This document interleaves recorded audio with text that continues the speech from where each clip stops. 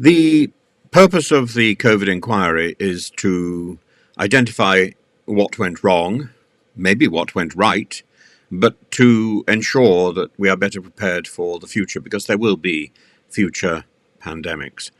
And we clearly were not properly prepared for the COVID pandemic. Equally, I think the way the pandemic was conducted by the government was wanting, and so it's important to look into this, and perhaps to look into this without necessarily apportioning blame. So Boris starts this off in typical Boris fashion by trying to get the apology out of the way. Well, let's listen to what he's got to say. It is, Mr. Keith. By your leave, my lady, can I just say how glad I am to be at this inquiry, and how sorry I am for the pain and the loss and the suffering sit down. Of please stop. COVID victims. Please sit down. Please sit down, or I'm afraid you'll have to leave the hearing room. I'm sorry, if you don't sit down, I'm going to ask the ushers to get you to leave. Right, ushers, please, could you ask them to leave?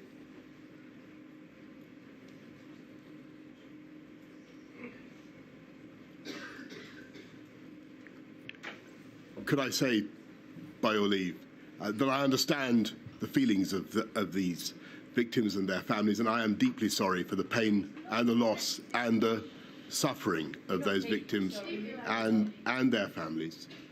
And grateful though I am to the hundreds of thousands of healthcare workers and many other public servants and people in all walks of life who helped to protect our country throughout a dreadful pandemic, I do hope that this inquiry will help to get the answers to the very difficult questions that those victims and those families are rightly asking, so that we can protect ourselves better, help each other to help protect ourselves better in the future and prevent further suffering. And if it's not too impertinent, may I say, as the person, as you rightly say, Mr. Keith, who set up this inquiry, how grateful I am to you for what you're doing and for the immense care that you are plainly taking. Thank you. Mr. Johnson, just a few more questions please, in relation to your career. On the 9th of June... Even allowing for the interruption by protesters, the apology, the much touted apology that Boris was going to present at this inquiry, is not an apology. It's "I'm sorry you're upset" statement. It's not an apology.